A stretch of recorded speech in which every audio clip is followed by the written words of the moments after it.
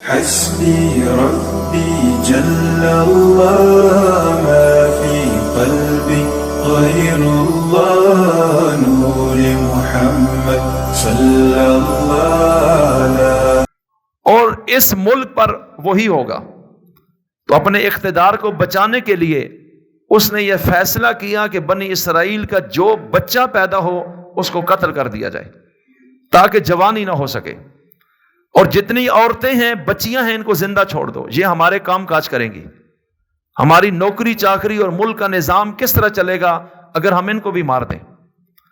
لہٰذا بچیاں پیدا ہوں تو زندہ چھوڑ دو، بچے پیدا ہوں تو قتل کرتے جاؤ. اور وقتاً فوقتاً اس کی فوج اور ایجنسیاں بنی اسرائیلیوں کے گھروں میں چیکنگ کرتے تھے جا کے کہ کوئی بچہ پیدا تو نہیں ہوا، اگر ہوا ہے تو چھپایا ہوا تو نہیں ہے.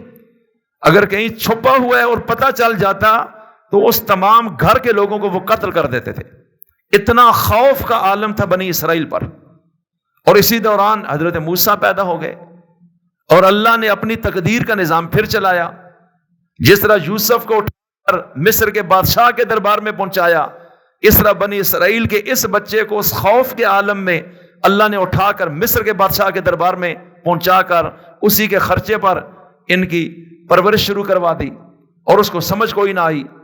30 سال کے ہوئے حضرت موسیٰ، ایک واقعہ ہوا کہ ان کے ہاتھ سے لڑائی 2 بندوں کی تھی، چھڑاتے چھڑاتے جو قبطی قوم کا شخص تھا مکے سے وہ مر گیا. اور یہاں سے پھر 302 کا کیس بنا تو حضرت موسیٰ اپنی جان بچانے کے لیے یہاں سے ملک چھوڑ کر مدین میں چلے گئے. 10 سال وہاں رہے. 10 سال بعد واپس آ رہے ہیں کہ اپنی والدہ اور بھائی کو ملوں. اور رستے میں کوہ طور پر اپنی بیوی ساتھ تھی، سردیاں تھیں اور آگ کی ضرورت تھی. دور سے آگ دیکھی اور کوہ طور پر آئے، بس آگ لینے کے لیے آئے. اللہ نے پیغمبری عطا فرما دی. بس وہیں سے پھر ایک مشن دیا. سورہ شعراء کے دوسرے رکوع میں پارہ 19 میں کہ اے موسیٰ میں آپ کا اللہ ہوں، میرے علاوہ معبود کوئی نہیں، میں آپ کے ساتھ ہوں اور آپ جوتیاں اتار دیں، یہ بڑی مقدس وادی ہے، میں نے آپ سے گفتگو کرنی ہے.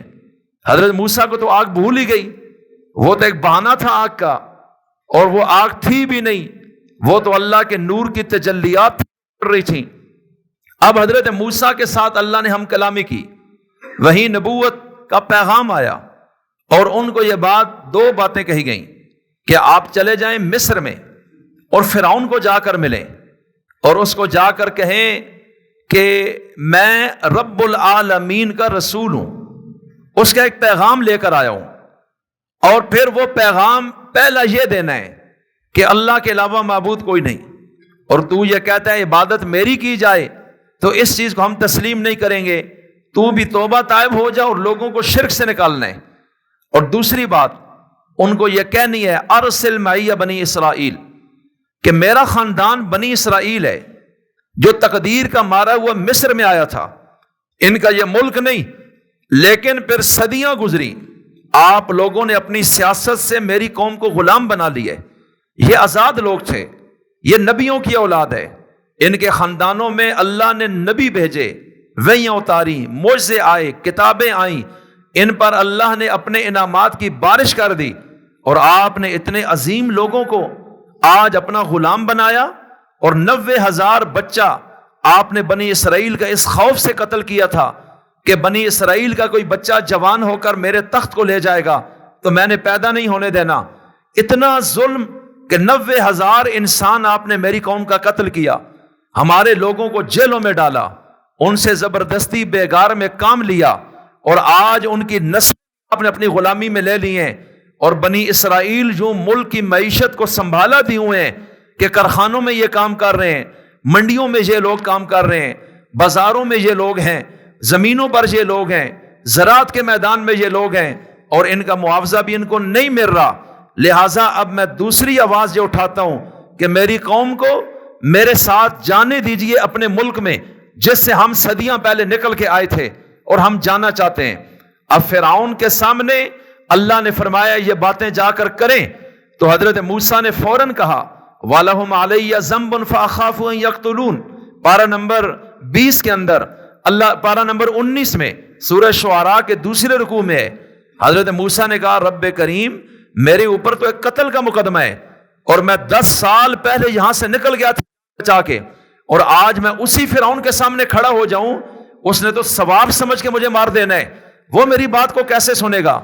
اللہ نے فرمایا تم فکر نہ کرو اے موسیٰ، تم جاؤ، جب تم بات کر رہے ہوگے اس وقت میں رب تیرے ساتھ موجود ہوں گا۔ انا معکم مستمعون، ہم تمہارے ساتھ ہوں گے اور ہم سن رہے ہوں گے فرعون کیا کہتا ہے، ہم آپ کو اکیلا چھوڑنے والے نہیں۔ باقی رہا وہ معاملہ کہ جو پچھلا قتل تھا تو وہ آپ نے جان بوجھ کے نہیں کیا، نہ آلے قتل ہے نہ ارادے قتل، چھڑاتے چھڑاتے زیادتی والے کو مکہ مارا، وہ تقدیر سے مر گیا، آپ کا اس میں قصور نہیں، اور ہم اس طرف اس کو جانے ہی نہیں دیں گے، ہم حالات ایسے بنا دیں گے کہ فرعون کو اپنی پڑ جائے گی، آپ ہمارے نمائندے بن کر جائیں۔ حضرت موسیٰ علیہ السلام نے عرض کی میری زبان میں لکنت ہے، پھر میں اکیلا ہوں، پورا ملک ایک طرف شرک میں کھڑا ہے اور ظلم میں، اور ایک موسیٰ اتنی بڑی قوت سے ٹکرائے گا۔ اب دیکھو نبی کا جرأت، نبی کی بہادری، نبی کی دلیری، نبی کا حوصلہ، کہ نبی سے زیادہ دلیر کوئی بچہ ماں کبھی بھی نہیں جانتی، اور پھر اسی جگہ جانا ہے جہاں سے جان کا خطرہ ہے کہ وہ شخص مروا دے گا، طاقت اس کے پاس، وسائل اس کے پاس، فوج اس کے پاس، اور حضرت موسیٰ کے پاس بچاؤ کا بھی کوئی سامان نہیں، اور اس سے چھپنا بھی نہیں، ملنا بھی اسی کو ہے اور جانا بھی اس کے دربار میں ہے، 302 کا پر سر پہ ہے، اور بات بھی وہ کرنی ہے جس سے اس کا غصہ 1000 گنا بڑھ جائے اور وہ ذاتی رد عمل میں آپ کے خلاف ہو جائے۔ وہ 2 باتیں جا کے کرنی ہے کہ ایک تو آپ رب نہیں ہے، رب اللہ ہے، دوسرا اس قوم کو میں نے آزادی دلانی ہے۔ فرمایا قوموں کو آزادی دلانا یہ پیغمبروں کی سنت ہے، آپ کھڑے ہو جائیے۔ کہا پھر میری زبان میں لکنت ہے، اکیلا ہوں، بڑے بھائی ہارون مصر میں ہیں، 10 سال سے ملاقات نہیں، اگر یہ پیغام ان کو بھی ذرا بھیج دیں، میری سازش ہے کہ آپ ان کو بھی نبی بنا دیں، میں بات کروں گا لیکن ہوا افصح منی لسانا، ہارون بات سمجھانے میں مجھ سے زیادہ فصیح اور بلیغ ہے، تو ہم اچھے طریقے سے بات پہنچا سکیں گے، پھر ہم ایک جماعت بھی بن جائیں گے۔ ظاہراً ایک حوصلہ ہے کہ 2 بندے جا رہے ہیں۔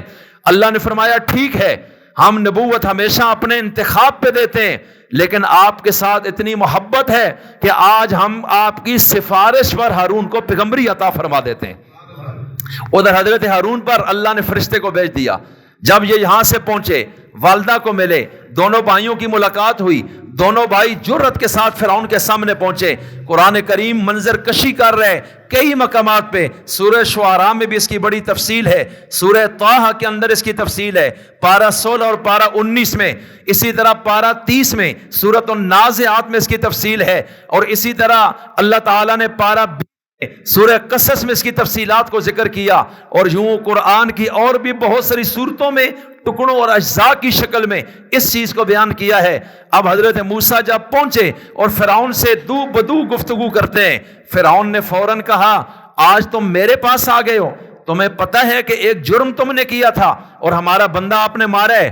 اب حضرت موسیٰ کو وہ کہنے لگا میں نے آپ پر احسان کیا ہے، آپ کو بیٹا بنا کر پالا، آپ کی تربیت کی، اپنے محل میں رکھا، اور آپ نے اس کا یہ صلہ دیا کہ میری عملداری میں میری قوم کا بندہ آپ نے مار دیا، اور آپ آج آ کر کہتے ہیں کہ میں رب العالمین کا رسول ہوں، تو وہ جو آپ کے اوپر ایک مقدمہ ہے پہلے اس کی وضاحت کریں۔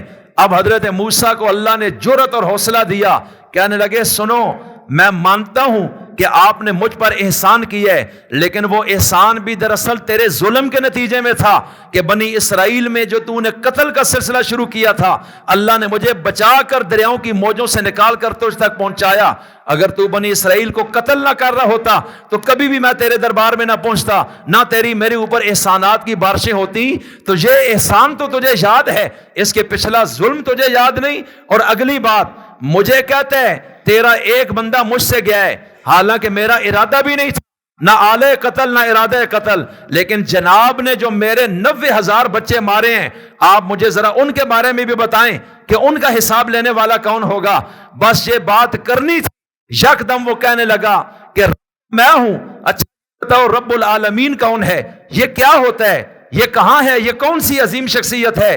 اب حضرت موسیٰ اپنے مشن پہ چلے، بس وہ مقدمہ وہیں دفن ہو گیا، اور عین اس لمحے انہوں نے کہا رب وہ ہے جو آسمان اور زمین کا رب ہے، جو کچھ ان کے درمیان ہے اس کا رب ہے، رب وہ ہے جو ان چیزوں کا رب ہے۔ تعارف ہو رہا ہے، اور فرعون درمیان میں جب یہ بات سن رہے، وزیر مشیر سن رہے ہیں، ارکان سلطنت دربار بھرا ہوا ہے، تو وہ یکدم ان کو کہنے لگا سنتے ہو یہ کیا باتیں کر رہے؟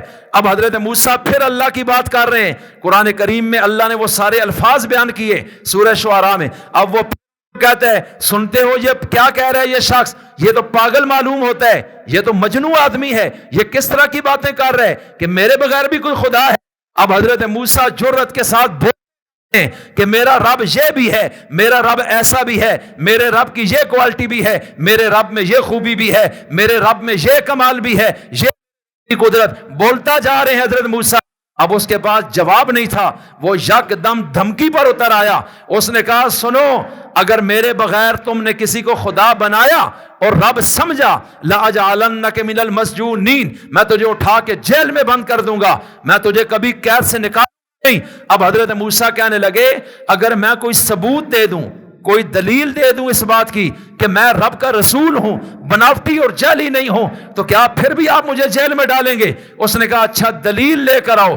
اس نے کہا دلیل ابھی ہم دے دیتے ہیں، بس اللہ نے پہلے ہی ان کو یہ معجزہ دیا تھا۔ ان کے ہاتھ میں لاٹھی، حضرت موسیٰ نے لاٹھی کی لکڑ کی، اللہ نے اس کو زندہ سانپ بنا دیا۔